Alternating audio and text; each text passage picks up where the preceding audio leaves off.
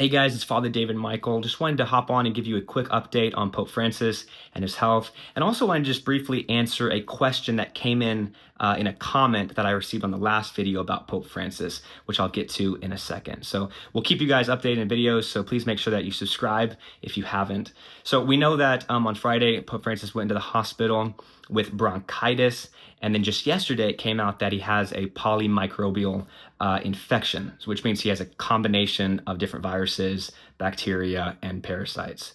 And then just a few minutes ago, it came out that he actually has bilateral pneumonia, which means he has pneumonia in both of his lungs. And as a young man, he actually had part of one of his lungs removed. So I'm certainly not a doctor, but he is 88 years old. So all this has to be very, very complicated.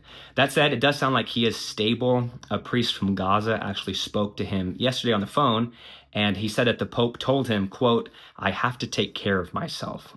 So at least he knows, that it's okay if he slows down a little bit. He was praying this morning and reading, and actually received the Eucharist, which is really beautiful.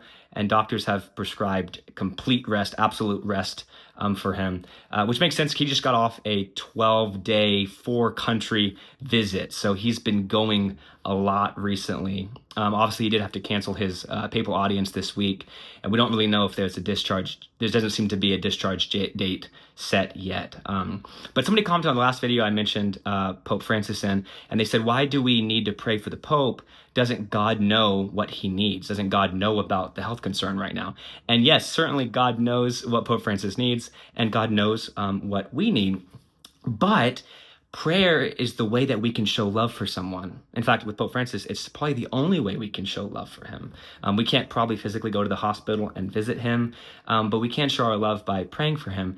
And just like a good carpenter who's creating something can use lots of different tools to accomplish his end with his creation, in the same way, God can choose to use our prayers to accomplish his will.